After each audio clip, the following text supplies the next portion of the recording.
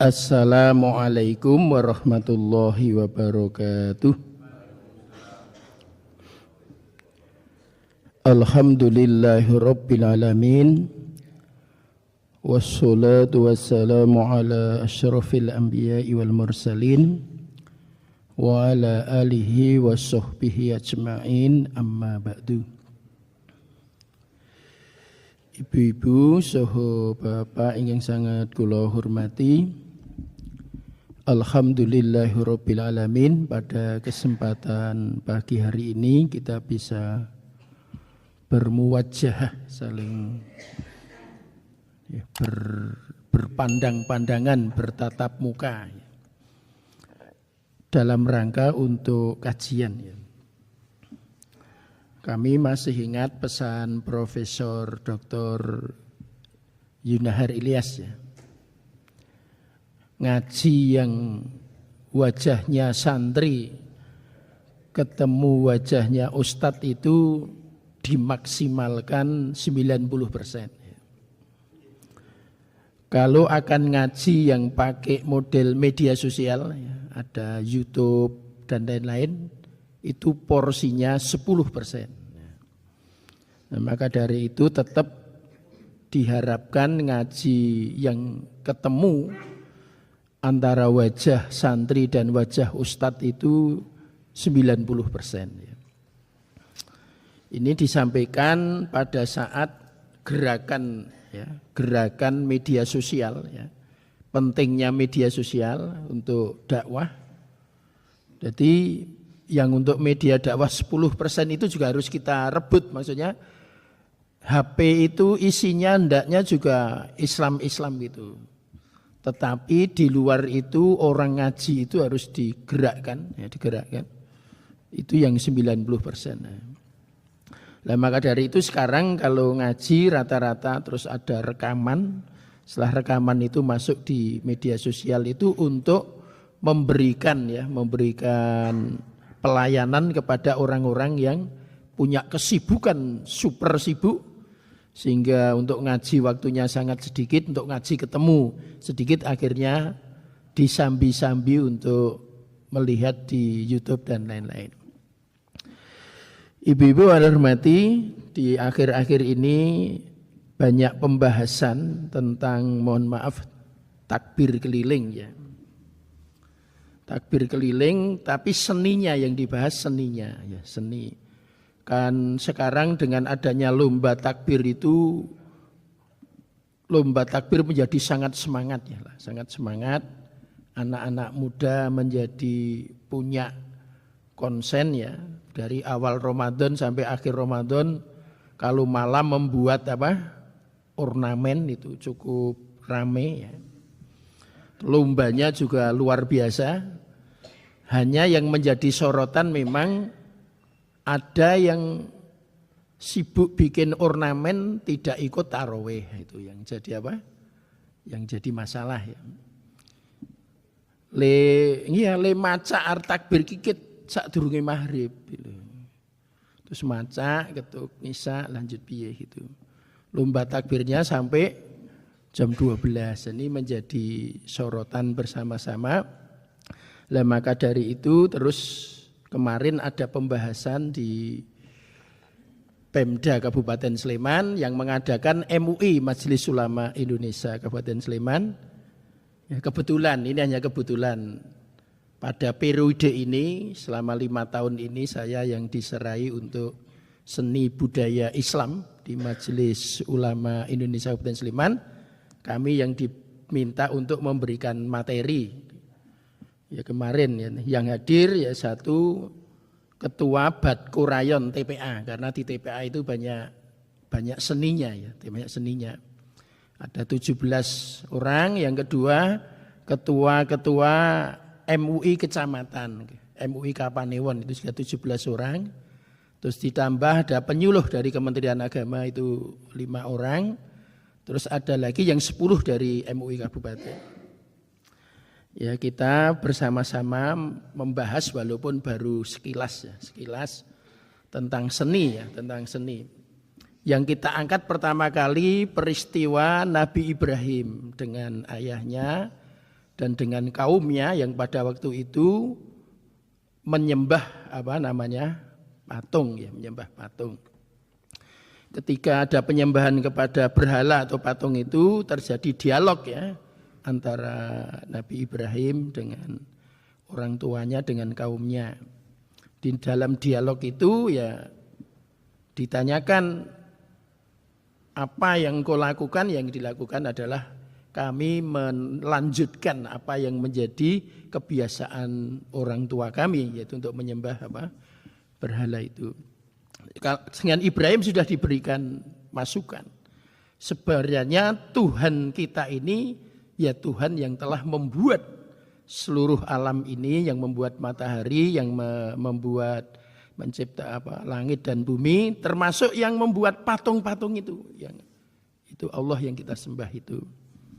Namun pada waktu itu ya tidak mau terima. Tapi ketika tidak mau terima itu sebenarnya Ibrahim di dalam hatinya itu ya nanti kalau kamu sudah meninggalkan patung ini maka kamu akan saya beri pelajaran untuk dengan patung ini. Akhirnya ketika ditinggalkan Nabi Ibrahim memenggal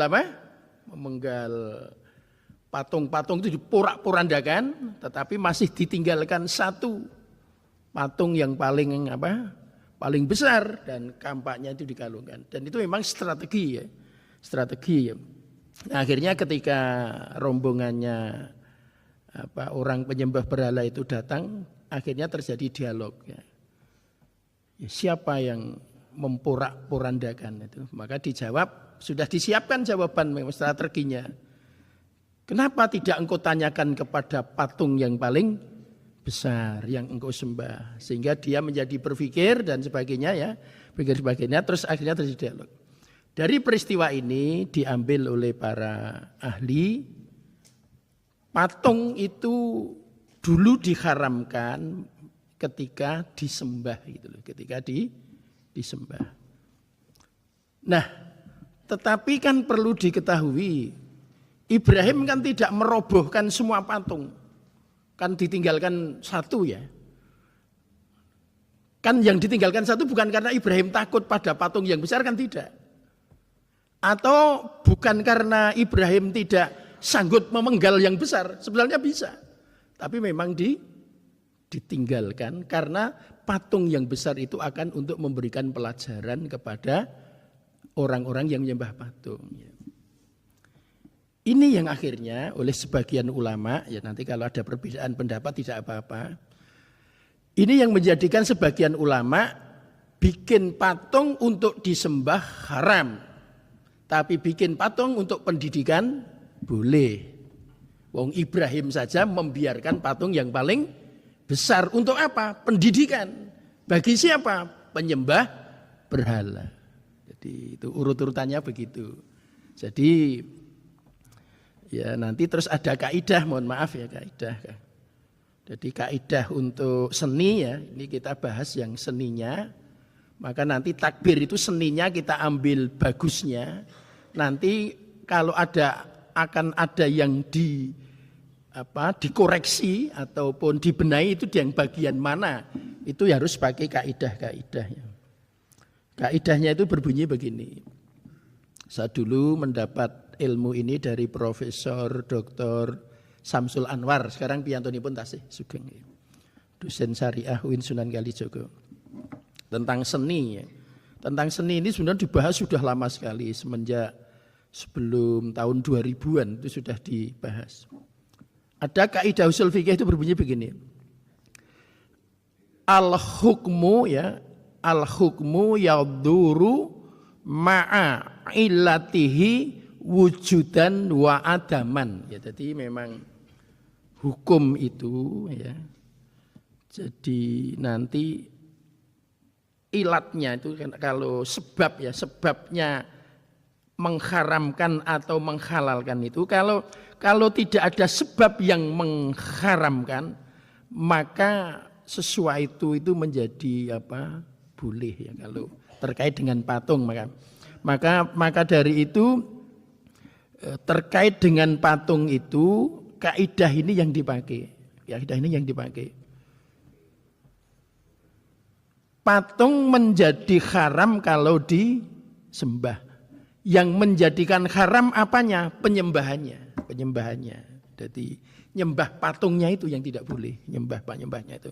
Tapi kalau sekedar patung dijadikan untuk dipandang tidak berbahaya bagi masyarakatnya, maka itu boleh. Maka dari itu ya sebagaimana kita melihat apa saja yang sekarang di dunia ini, selama tidak ada hukum pengharamannya, maka itu menjadi boleh. Seperti hal-hal yang terkait dengan muamalah itu mesti harus dicari mana yang mengharamkan. Namanya masalah makanan. Makanan itu ya yang diharamkan yang ditulis di dalam Al-Quran. Namanya kalau yang tidak dilarang ya menjadi sesuatu yang tidak haram. Tidak ada hadis yang mengatakan jangan makan ketela, itu kan tidak ada ya. Maka ketela itu walaupun tidak ada perintah memakan ketela, tetapi yang dicari kan tidak ada ilat yang mengharamkannya, maka ketela boleh dimakan. Tapi yang disebutkan dalam Al-Quran kan darah, tidak boleh itu disebut ya. Terus bangkai, ya itu disebut, maka tidak boleh. Daging babi disebut oleh Al-Quran. Dan binatang yang disembelih atas nama bukan Allah itu disebut. Maka ini yang disebut diharamkan ini, maka hukumnya menjadi haram. Nah, nanti yang tidak disebut itu kita cari apa yang menjadi kebiasaan Nabi kita, Nabi besar Muhammad Sallallahu Alaihi Wasallam. Karena ada yang pelarangannya itu nanti muncul ketika Nabi. Taroktu fikum amroini ma intamasaktum bihima lantadilu abada kitabullah wa sunnatan nabi. Aku tinggalkan dua perkara kepada engkau semua, apabila engkau semua berpegang teguh kepada keduanya tidak akan tersesat selama-lamanya, yaitu Al-Quran dan sunnah Nabi. Termasuk sholat ini kita ya perintah sholatnya di Al-Quran, tetapi bagaimana cara takbir, rukuk, sujud itu seluruhnya dicontohkan oleh Nabi kita, Nabi besar Muhammad Sallallahu Alaihi Wasallam. Sekarang kita coba seni-seni yang lain gitu. Ya. Qasidah namanya ya, qasidah. Qasidah itu musiknya ya. Musik itu nanti ada pendapat banyak ya, tapi mayoritas umat Islam di Indonesia ya, saya ambil dua organisasi besar ya, mohon maaf ya. Saya ambil organisasi besar, satu Muhammadiyah, dua Nahdlatul Ulama. Ini musik itu nanti harus dibaca keseluruhan. Ini qasidah ya Pak ya. Qasidah yang tampil itu pakaiannya muslim ya, berarti boleh. Isi lagunya itu terkait dengan penegakan syariat Islam, berarti boleh.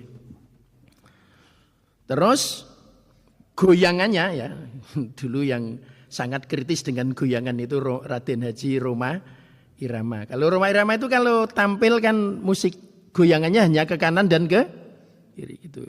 Itu memang Roma Irama itu menjaga supaya tidak muncul hal-hal yang tidak baik, maka goyangannya Roma Irama itu baik laki-laki maupun perempuan yaitu ke kanan dan ke kiri. Ya. Boleh. Terus penontonnya itu aman ya, menonton itu aman ya, tidak apa. Maka kalau pertunjukan seni itu harus diyakinkan yang tampil itu aman, tapi yang nonton juga aman, yang menikmati, kalau bahasa ini yang menikmati itu aman. Kalau yang bermain di atas panggung itu bahaya, itu tidak boleh.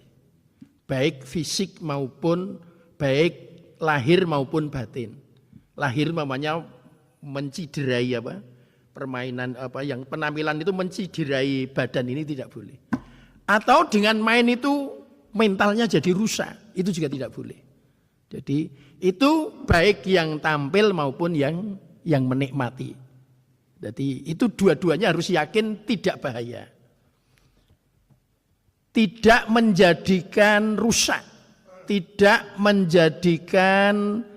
menjauhkan diri kepada Allah. Ba'id anilah ya. Jadi ba'id anilah itu menjauhkan diri kepada Allah itu namanya melu seni ning dur saka jam 09.00 esuk ketubar maghrib.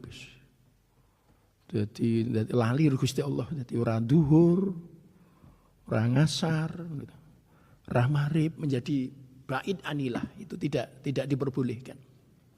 Lah maka dari itu Bapak Ibu yang hormati, atau begini, ya. Pakaiannya bagus, wah, muslim ya. Lantas musiknya juga bagus ya, qasidah itu. Tapi materi yang disampaikan, isinya itu bertentangan dengan syariat Islam. Tidak boleh. Saya ambil contoh ya. Ini saya ambil contoh persis ketika saya kemarin ambil contoh di Pemda. Ya. Gusti Allah iku limo. Wah ngono kuwi ya begini. Aku sing nyanyi pakaiannya apik. Muslim ya, musiknya bagus. Aning materi nama, materi nyanyiannya kok Gusti Allah iku limo, berarti bertentangan dengan Al-Quran, maka itu tidak boleh. Nah, yang menjadikan tidak boleh adalah materinya. Atau materinya bagus ya. Ya dana, aning pakaiannya tidak sesuai dengan syariat, ya tidak boleh. Jadi itu yang menjadikan tidak boleh, ada ilatnya namanya, ada sebabnya yang bertentangan. Kaidah yang dipakai oleh ulama adalah al-hukmu yaduru ma'a illatihi wujudan wa adaman. Itu kaidah dari ulama. Jadi memang yang menjadikan tidak boleh itu ada sebabnya, apanya itu yang bertentangan dengan syariat Islam dan ditunjukkan. Ibu-ibu, bapak yang kami hormati, memang saya sebenarnya juga belum ahli di bidang ini, tetapi karena di majelis ulama saya yang diminta untuk ngesui, ya harus punya pendapat ya, semampu kami. Kemarin ketika pertemuan di Pemda itu kami baru menerima masukan-masukan. Setelah itu nanti akan kita bikin buku kecil, kita bagi-bagikan dengan harapan menjadi pedoman. Dan kami akan kejar tayang ya, ini kejar waktu sebelum Ramadan atau minimal Ramadan sudah kita bagikan. Supaya untuk pedoman. Takbirnya bagus. Wah, lomba takbir ya nyenengke tenan. Wah. Wong 500, wong 400 ya nyenengke.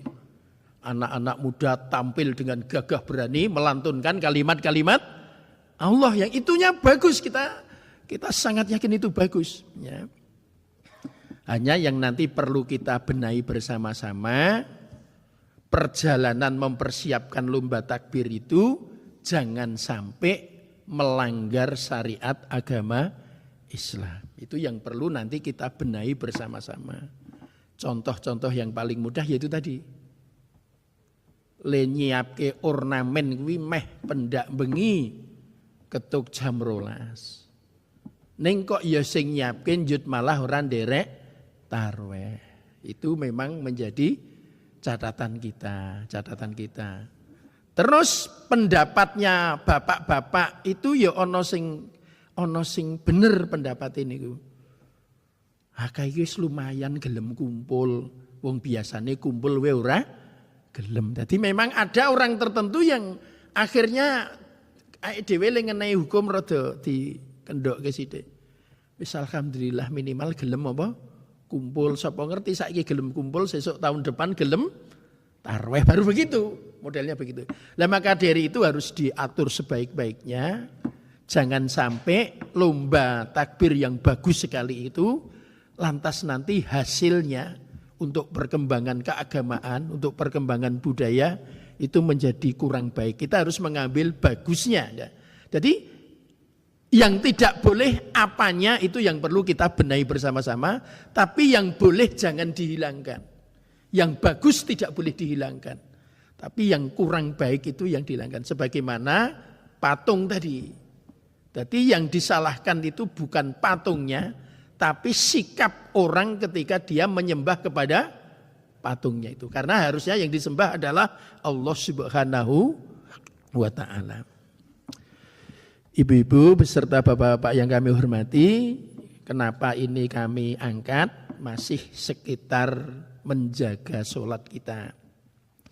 Karena apa? Sangat diyakinkan kalau orang itu sudah menjalankan sholat 5 waktu dengan tertib ya, insya Allah ya, dengan sholat yang sebaik-baiknya, janji Allah itu pasti benar.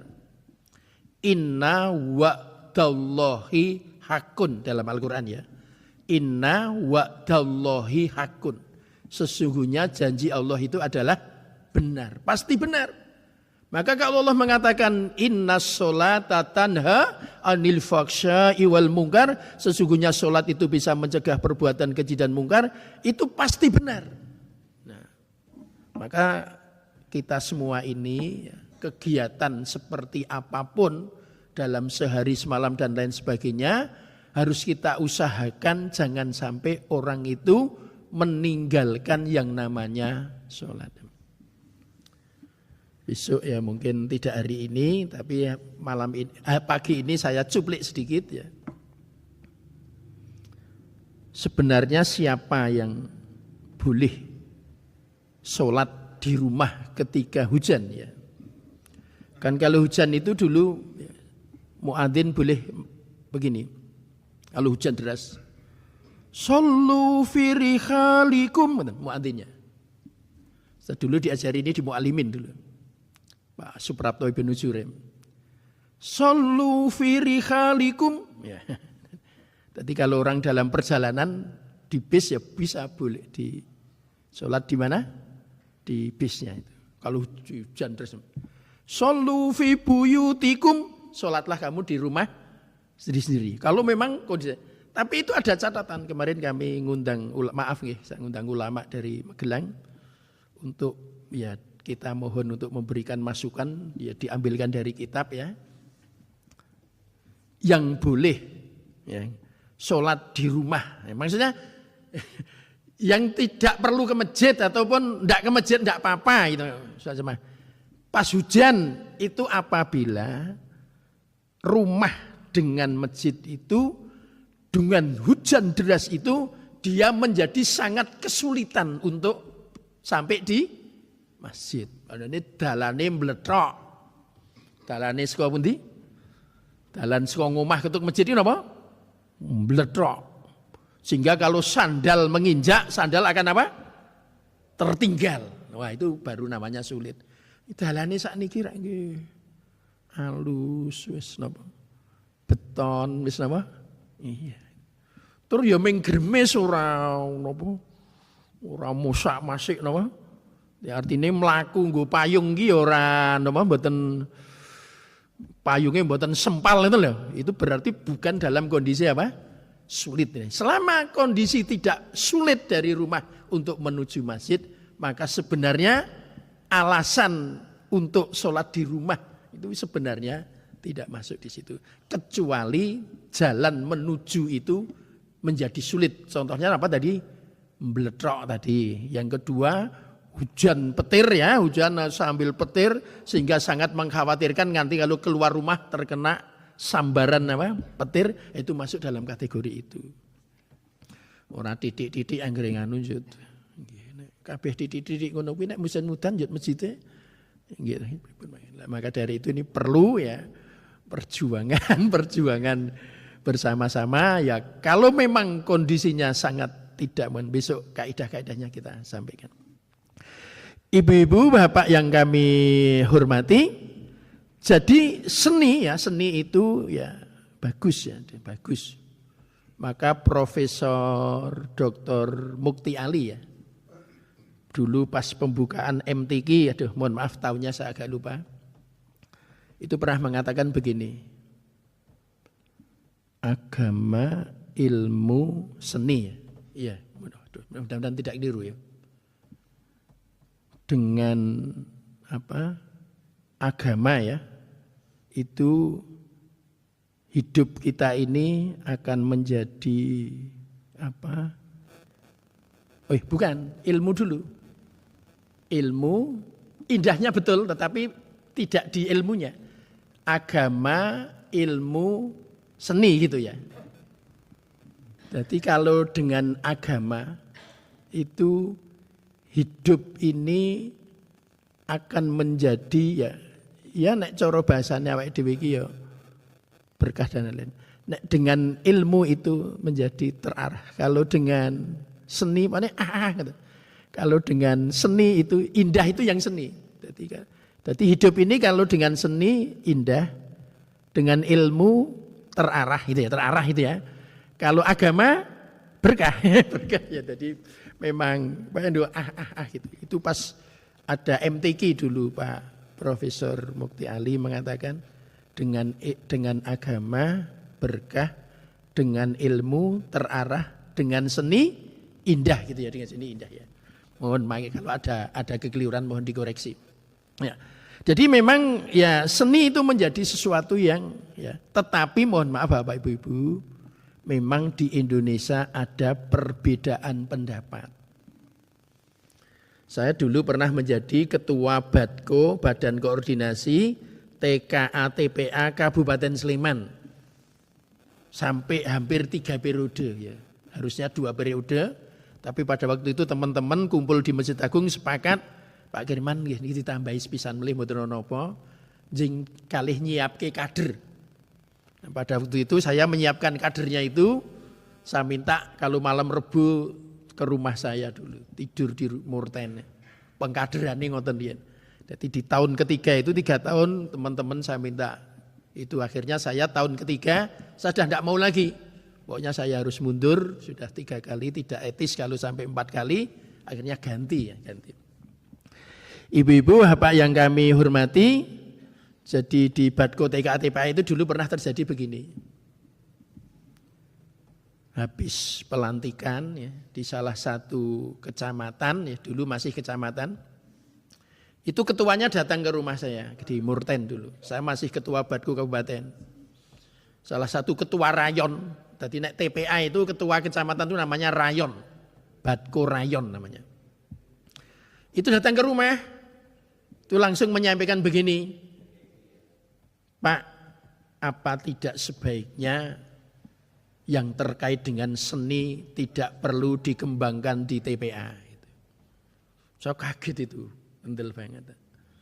Saya tanya ya, mohon maaf ya, masih mahasiswa, sampai saya lacak jenengan piantun, jenengan asli pundi Mas?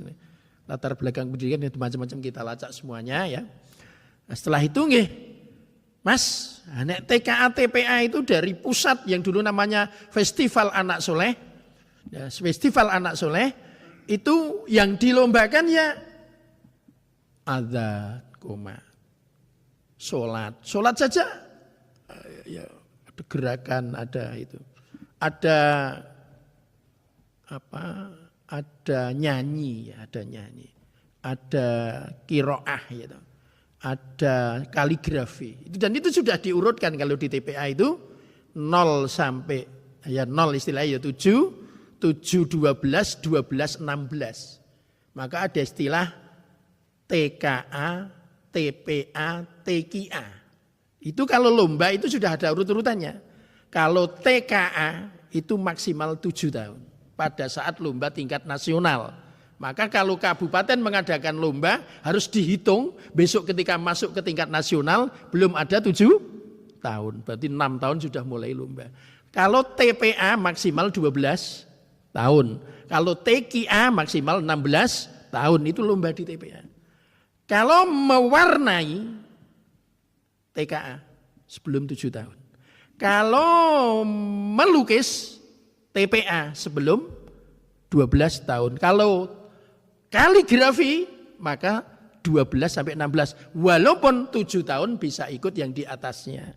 Jadi kalau umurnya belum 16 dia TKA boleh ikut kaligrafi, TPA boleh ikut kaligrafi. Di atas tidak boleh ikut di bawahnya, tapi kalau di bawah boleh ikut di atasnya. Wah itu lombanya full seni Pak, full seni.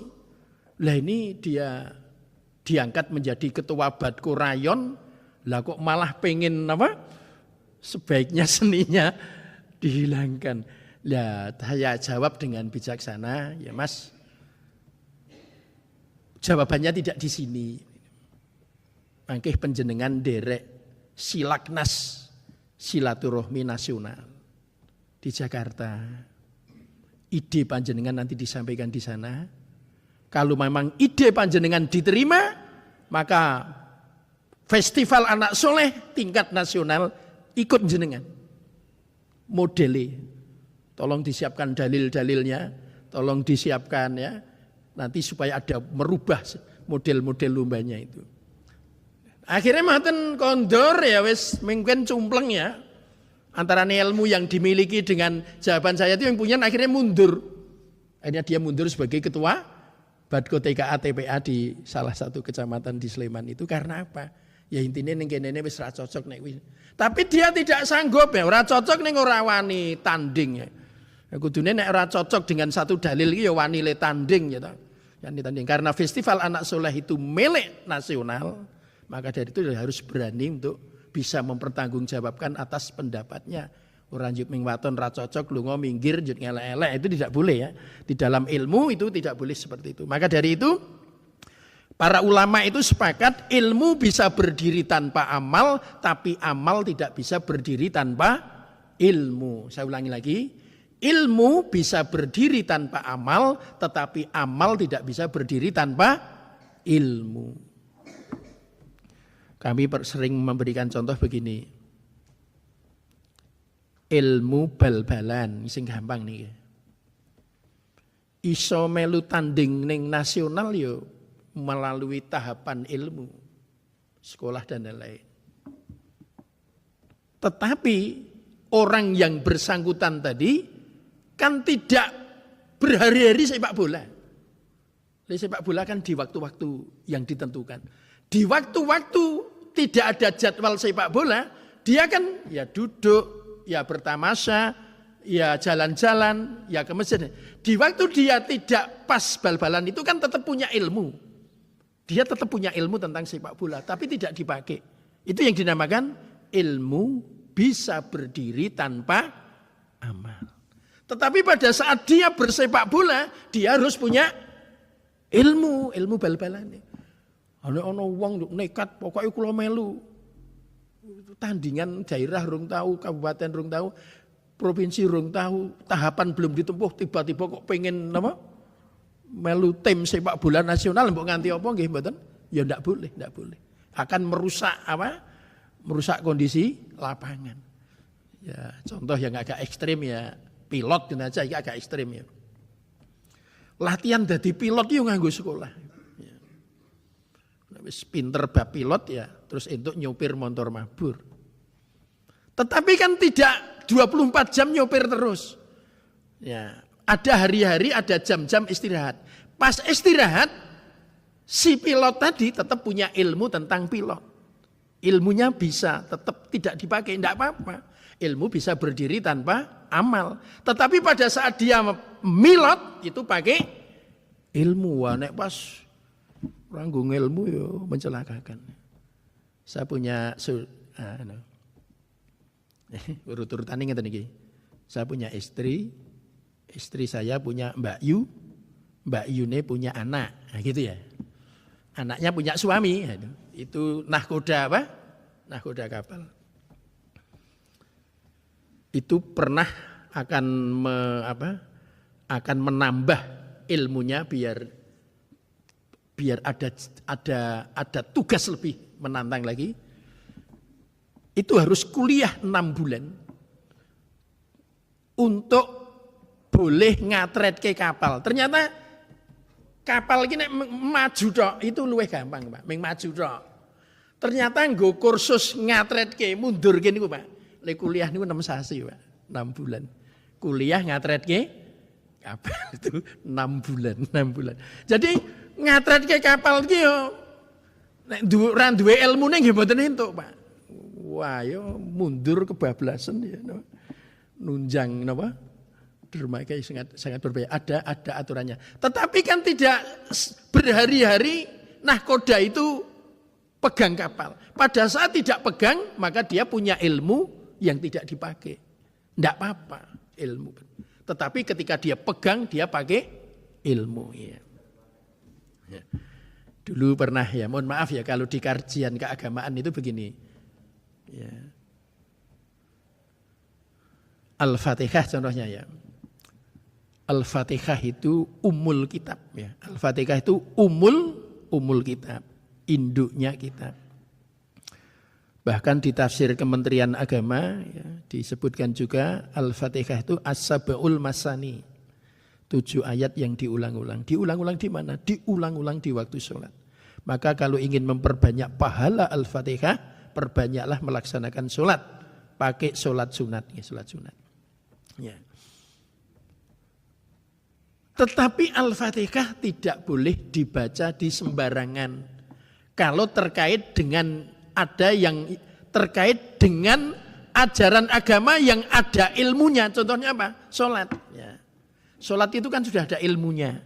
Takbir, ruku, sujud, bacanya ini. Nah, kalau lantas ada orang mengatakan begini, ruku maca Al-Fatihah. Ruku malah Bismillahirrahmanirrahim. Alhamdulillahirrahmanirrahim. Mas, ya rukuk kok sing diwaca Al-Fatihah. Lho, Al-Fatihah kan apik to. Lah ya apik, tetapi apa? Tetapi ya baik Al-Fatihahnya bagus. Tetapi kalau dibaca di waktu apa? Rukuk menjadi sesuatu yang ya kurang pas. Ning Al-Fatihahnya tetap apa? Bagus, tetapi tempatnya tidak dibaca pada waktu rukuk. Nah ini maka ilmu bisa berdiri tanpa amal, tetapi amal tidak bisa berdiri tanpa ilmu. Nah, ibu-ibu harus hormati, maka untuk seni ini kita harus sangat berhati-hati, ya. Harus sangat berhati-hati, jangan terlalu cepat untuk menidakbolehkan, tetapi juga jangan terlalu cepat untuk membolehkan. Jadi memang berdiri di dua itu dengan kaidah yang kami sampaikan tadi. Kaidah ini sudah dipakai di mana-mana ya. Al-hukmu yadhuru ma'a illatihi wujudan wa adaman. Ini kaidah ya, bukan hadis, bukan Quran. Sebagaimana kalau orang pada ini gini Pak ya, kaidah itu dipakai begini. Ada perintah sholat namanya, aqimis sholat, perintah sholat. Ini dalil sholat, aqimis sholat. Terus untuk mengatakan bahwa ini hukumnya wajib, maka terus ada kaidah al-aslu fil amri lil wujub. Ini juga kaidah al-aslu fil amri lil wujub. Jadi pada asalnya perintah dari Allah itu bagi hambanya hukumnya adalah wajib. Maka melaksanakan sholat hukumnya wajib. Terus kalau sholat hukumnya wajib dan ada kaidahnya, ada perintahnya, maka meninggalkan sholat menjadi berdosa. Nah, berdosa itu nanti masuk apa? Neraka. Tadi ada urutannya ya, ada urutannya. Jadi kalau seperti sholat kan perintahnya sudah jelas ya. Al-Quran, Al-Hadis sudah sangat jelas. Nah, hal-hal yang di zaman Nabi belum terjadi, hal-hal yang sekarang ada zaman Nabi belum pernah terjadi, itu memang memerlukan ulama ya. Kita harus mengundang ulama di berbagai ahlinya. Lah jangan sampai kita dalam menentukan satu hukum itu lantas ya tidak berdasarkan para ahlinya. Maka al-ulama'u warasatul anbiya. Ulama itu menjadi pewaris para nabi. Nah sekarang apabila terjadi perbedaan pendapat antara satu dengan yang lain, wis mentok tenan, wis ora iso dipadake tenan, ya sudah satu dengan yang lain saling menghormati. Maka dulu zamannya Pak Menteri Agama Pak Alamsyah itu dikatakan di Indonesia ini akhirnya sampai muncul 3 kerukunan karena apa?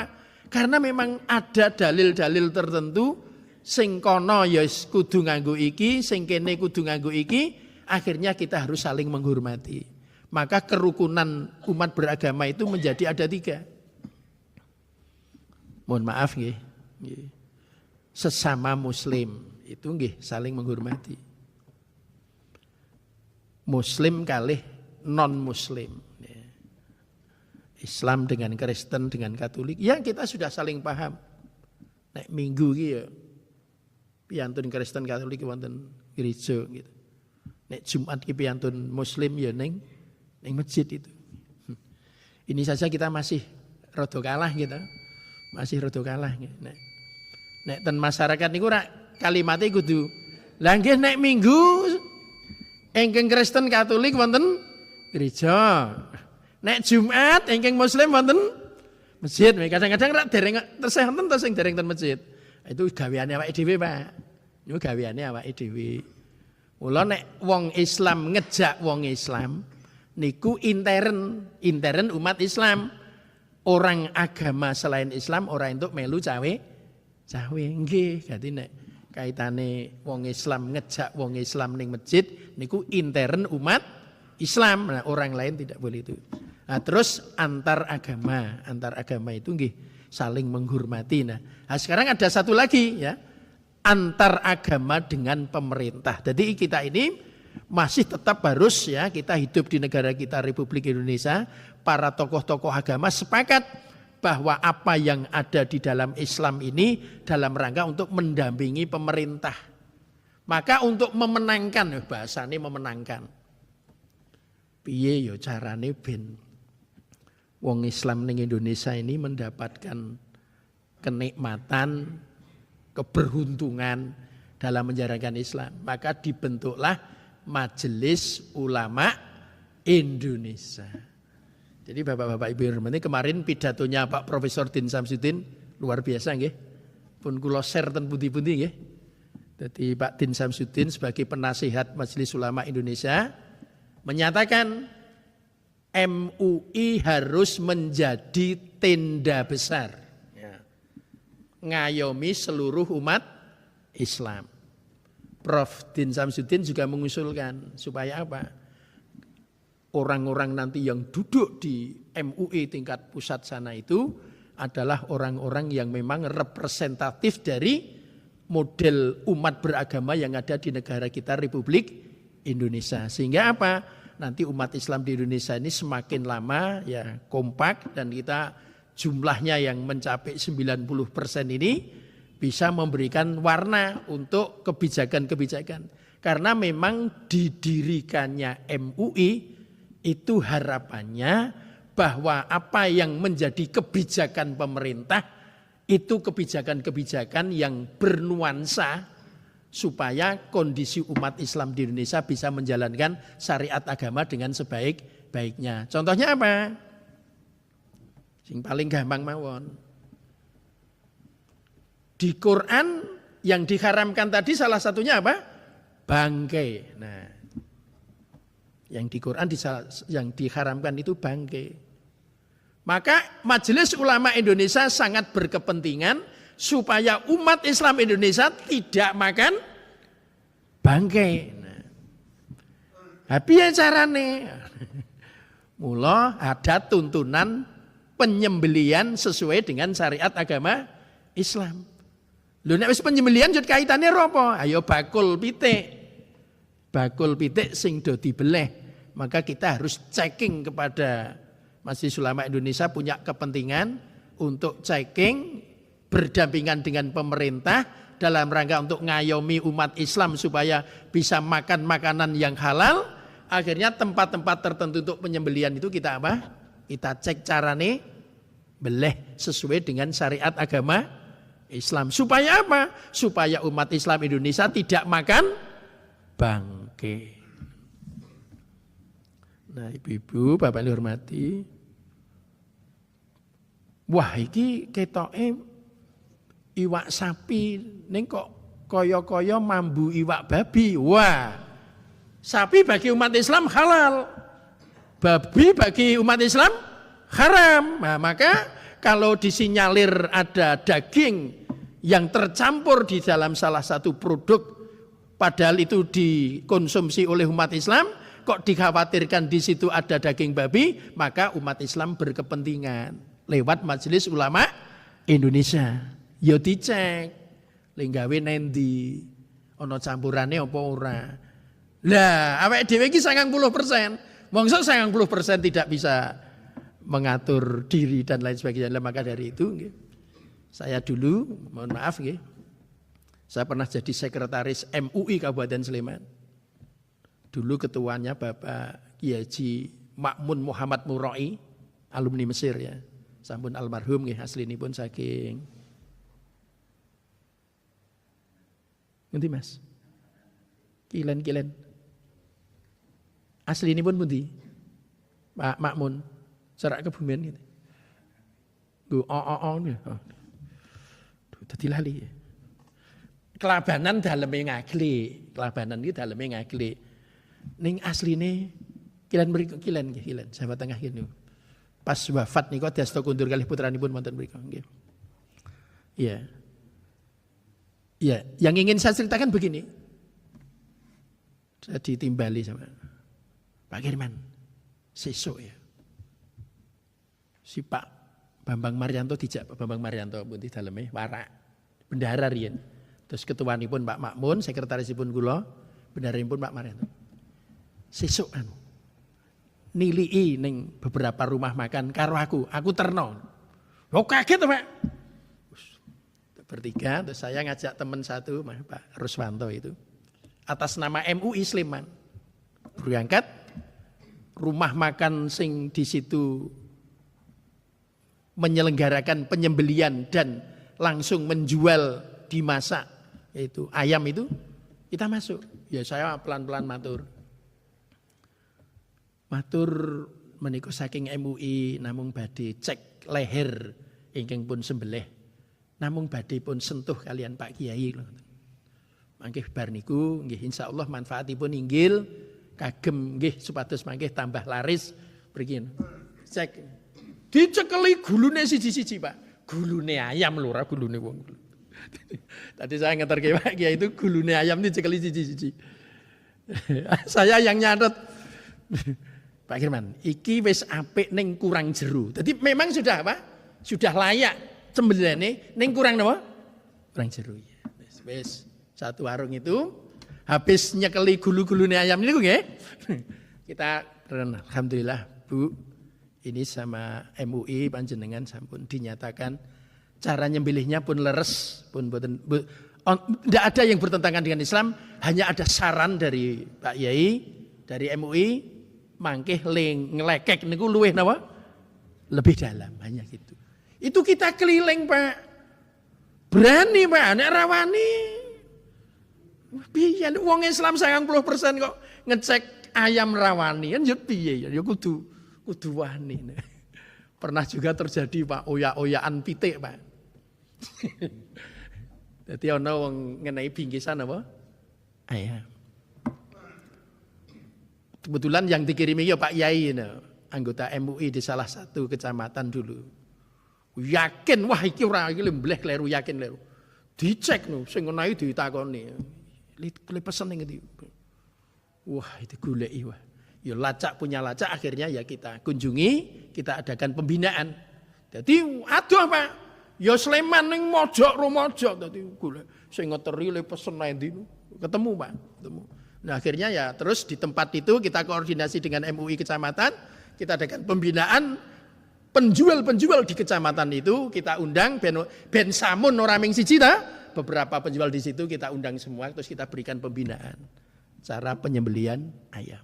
Itu harus berani, kedah wantun ya. Saran dari Profesor Dr. Din Samsudin penasihat MUI, nah kita umat Islam harus kondisinya kompak.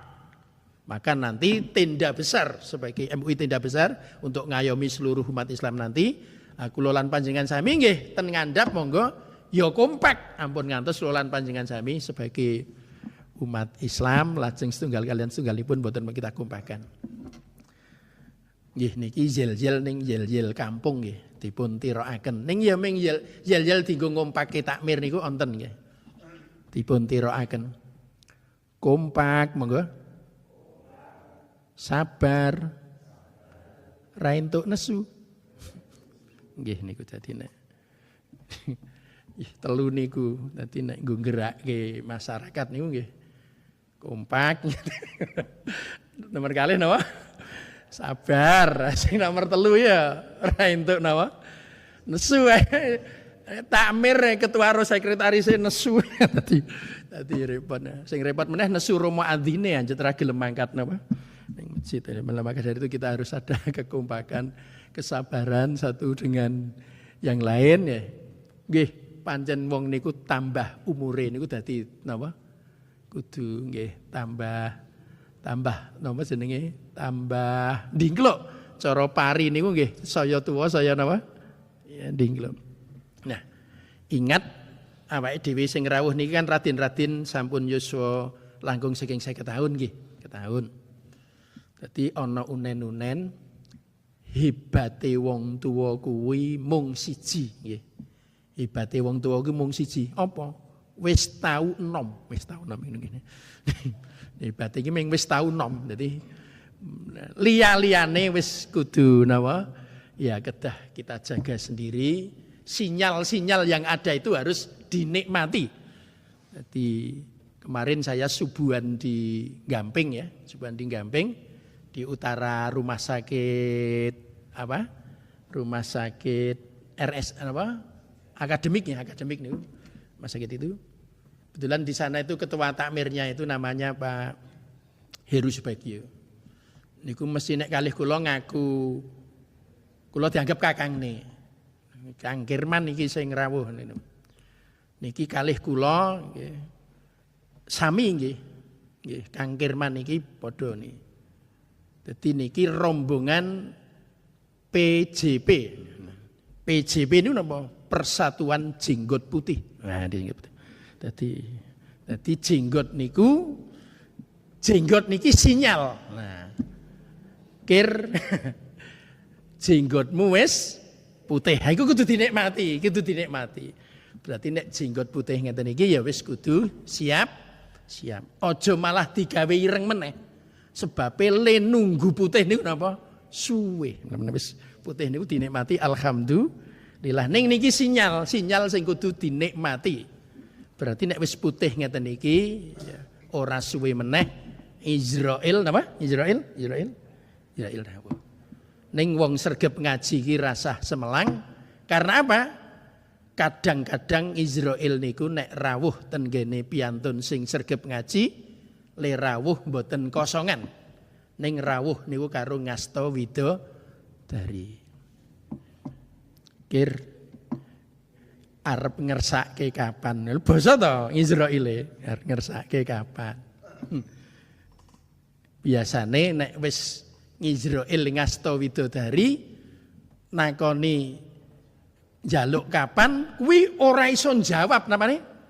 Tutuke ini ora iso napa? Ora iso jawab. Ning nyawane langsung napa?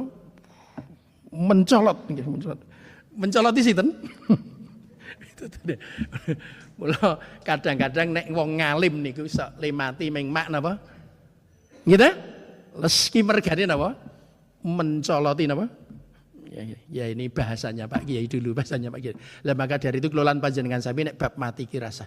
Ya supaya ngaji sing sregep husnudzon karo tanggane, semangat untuk ibadah berjuang, ya kapanpun Israil hadir untuk memanggil kita atas perintah Allah, ki awake dhewe kudu sami'na wa ata'na. Mbok bilih makaten ingkang saged kula aturaken, monggo dipun syukuri sarengan kanthi wawasan doa akhir majelis. Subhanakallahumma wa bihamdika asyhadu alla ilaha illa anta astaghfiruka wa atubu ilaik. Alhamdulillahirabbil alamin. Assalamualaikum warahmatullahi wabarakatuh.